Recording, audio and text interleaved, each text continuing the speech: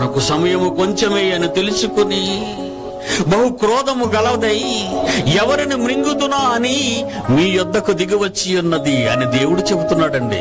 నా పిల్లలారా, బహుపరాక్ వాడు వచ్చేశాడు, వస్తాడు అని నిన్ను నమ్మించింది.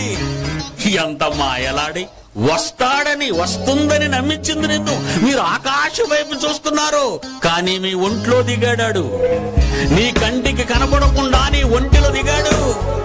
ఏ దేవుడు తన చేతులతో చేసిన ప్రపంచ మానవ మేధస్సు కందని మహా ఆకార నిర్మాణాన్ని, శరీరాన్ని దేవుడు నీకు చేసి తన మందిరంగా మలుచుకున్నాడు. దానిని అక్కడ నుండే నిన్ను గెలిపించాలని, అక్కడుండే నిన్ను ప్రోత్సహించాలని, అక్కడ నిన్ను బలపరుస్తూ దయ్యంపై విజయాన్ని సాధించేటట్టు చేయాలని ఆయన నీ మందిరం, నీ ఒంట్లో, నీ దేహంలో ఆయన ఉన్నాడు.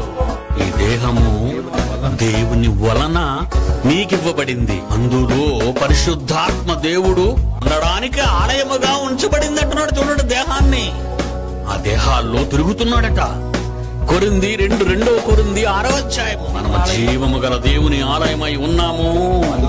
అందుకు దేవుడు ఇలాగూ సెలవిచ్చుచున్నాడు, నేను వారిలో నివసిస్తాను, సంచరిస్తాను, వారిలో ఉంటాను, సంచరిస్తాను, వారి దేవునిగా ఉంటాను, వారిని నడిపిస్తాను అన్నాడు. నడిపిస్తావా నువ్వు?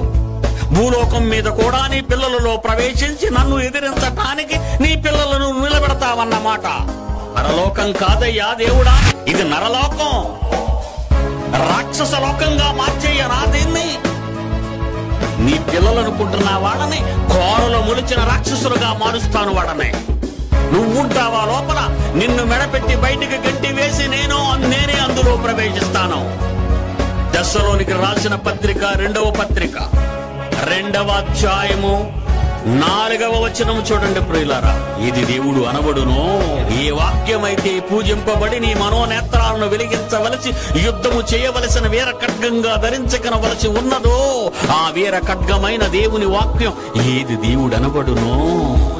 ఏది పూజింపబడవలసి ఉన్నదో దానంతటిని ఎదిరిస్తాను, దానంతటికి పైగా నేను హెచ్చించుకుంటాను. నేనే దేవుడును, నువ్వు కాదని నిరూపిస్తాను. ఆలయమైన మానవ దేహాల్లో నేను కూర్చుంటాను. ఇది నా సవాలంది. ఏమండి, ఎప్పుడైనా మనం పైనింత గొడవ జరుగుతుందని ఎప్పుడని అనుకుంటావా?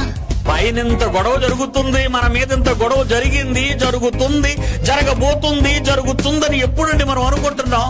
దేవుడా నాకు మంచి ఉద్యోగం ఇచ్చాయిన ఆయన, దేవుడా నాకు మంచి పెళ్లి కొడుకుని ఇచ్చాయిన ఆయన, దేవుడా నాకు ఎక్కువ జీతం వచ్చే పని చూడు ఆయన, దేవుడా చెడిపోయిన అమెరికాలో సెటిల్ చేయి తండ్రి నన్ను. ఆహా, ఎలాంటి ప్రార్థన నేర్పించింది నీకు? ఉన్నది ఎవరు లోపల? వాడు ఎవడు? వాడు ఎచ్చటి వాడు, బ్రిటిషోడు కాదు, వాడి బాబు వీడు. ఏది దేవుడు అనబడును, ఇది పూజింపబడును, దాని అంతటిని ఎదిరిస్తూ తానే దేవుడని దానికంతటికి పైగా కనుపరుచుకొనుచు దేవుని ఆలయమైన మీ దేహాలలో కూర్చున్నాడు గనుక ఎవడును ఇక మీరు తెలుసుకోరు వాడి రాక. యేసు రాక గురించి చూస్తున్నారు. వాడొచ్చి వాడి రాకొచ్చి మనలోకి వచ్చేసింది. అప్పుడే వాడు మనలోకి వచ్చేస్తే యేసు రాక గురించి నిన్ను కనిపెట్టమంటున్నాడు. ఏం కనిపెడతావు? పిల్లలారా, బహుపరాక్ వాడు వచ్చేసాడు. యేసు రక్తం చెయ్యంటే వెళ్ళిపోద్దా? నీ మాటకు భయపడ. నువ్వు బైబిల్ తల కింద పెడితే రాదా నీ మంచం దగ్గరికి? నువ్వు దేవదూతల కాపలా పెట్టమంటే ఆయన ఎందుకు పెడతాడు? ఆయనేమో సెక్యూరిటీ ఏజెన్సీ డైరెక్టర్. ఆయన నీకు ఈ దేవదూతలందరినీ గన్మ్యాన్ల కింద పెట్టడానికి యుద్ధం నువ్వు చెయ్యాలి. శత్రువు నుంచి నిన్ను నీవు కాపాడుకోవాలి. నీ ప్రతాపాన్ని చూపించాలి. నీ మనసుకు పట్టిన దానిని, అదృశ్య శక్తిని నువ్వు తెలుసుకోవాలి. రెండంచులు వాడి అయిన ఎటువంటి ఖడ్గము కంటే తడతల జులిపించగలిగిన 66 పుస్తకాలతో కలిగిన వీర ఖడ్గాన్ని, వాక్యాన్ని నువ్వు ధరించుకోవాలి. రెండంచులు వాడి అయిన ఎటువంటి ఖడ్గము కంటే తడతల జులిపించగలిగిన 66 పుస్తకాలతో కలిగిన వీర ఖడ్గాన్ని, వాక్యాన్ని నువ్వు ధరించుకోవాలి. లేకపోతే అది ఎటు నుండి వస్తుందో, ఎటు కొడుతుందో నీ వీక్ పాయింట్ మీద అది కాన్సన్ట్రేట్ చేసింది, నిఘా వేసింది. లేకపోతే అది ఎటు నుండి వస్తుందో, ఎటు కొడుతుందో నీ వీక్ పాయింట్ మీద అది కాన్సన్ట్రేట్ చేసింది, నిఘా వేసింది. ఆ పిల్లలారా, బహుపరాక్ వాడు వచ్చేసాడు.